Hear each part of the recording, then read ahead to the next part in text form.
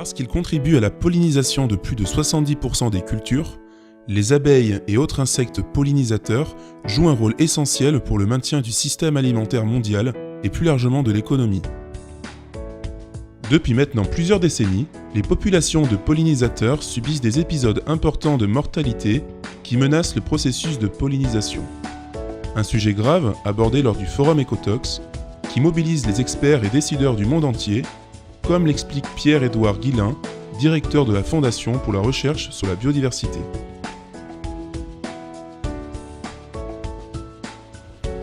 Le rapport de l'IBES, la plateforme intergouvernementale pour la biodiversité et les services écosystémiques, a rendu à Kuala Lumpur en mars dernier son premier rapport, et ce premier rapport porte sur les pollinisateurs, la pollinisation et la production alimentaire. C'est un premier rapport, c'est le début d'une longue série de rapports qu'on attend sur la biodiversité à l'échelle régionale et puis à l'échelle mondiale jusqu'en 2019. Et c'est un rapport qui a été réalisé par environ 80 scientifiques du monde entier, dans des disciplines différentes, pas que des écologues, mais aussi des économistes. Et d'ailleurs, les experts français qui sont mobilisés sur ce rapport sont des économistes.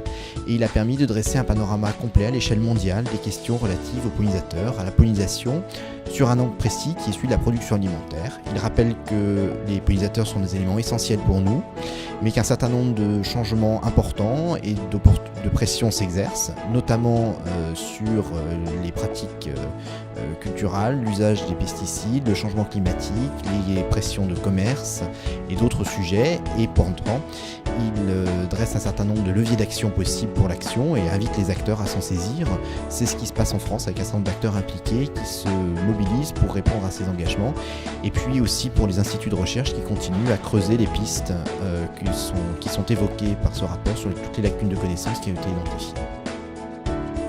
La communauté scientifique, qu'elle soit publique ou privée, se mobilise pour comprendre et enrayer la disparition des pollinisateurs, comme en témoigne Yves Lecomte, directeur de recherche au sein de l'Institut national de recherche agronomique, et Sandrine Leblond, experte abeilles et biodiversité pour le groupe BASF France Division Agro.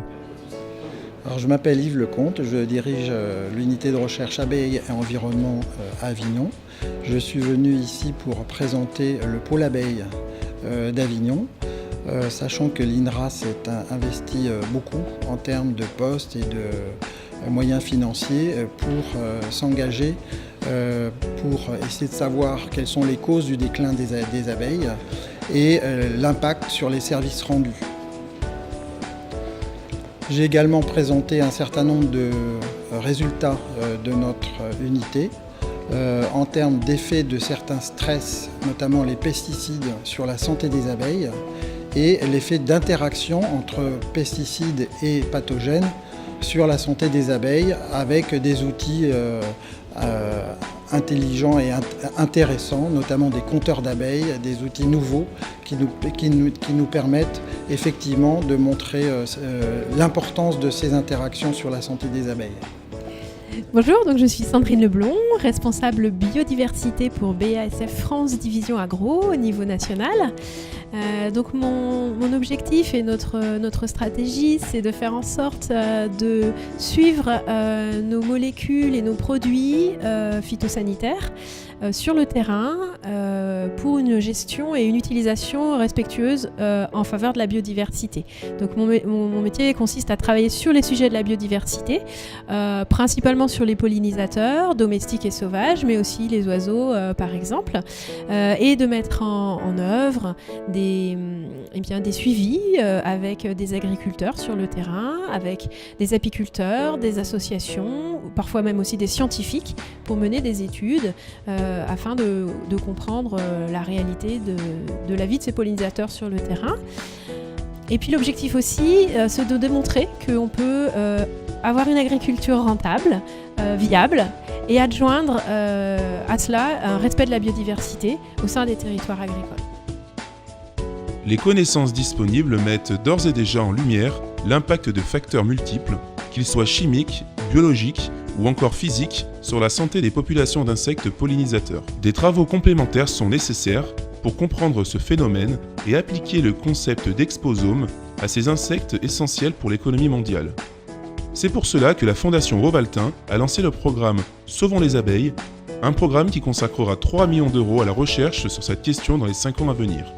Véritable plateforme d'échange en santé environnementale, le forum Ecotox est placé sous le haut patronage des ministères en charge de la santé et de la recherche et bénéficie du soutien de la région Auvergne-Rhône-Alpes, du département de la Drôme, de l'écoparc Rovaltin et des plusieurs institutions et entreprises au niveau national.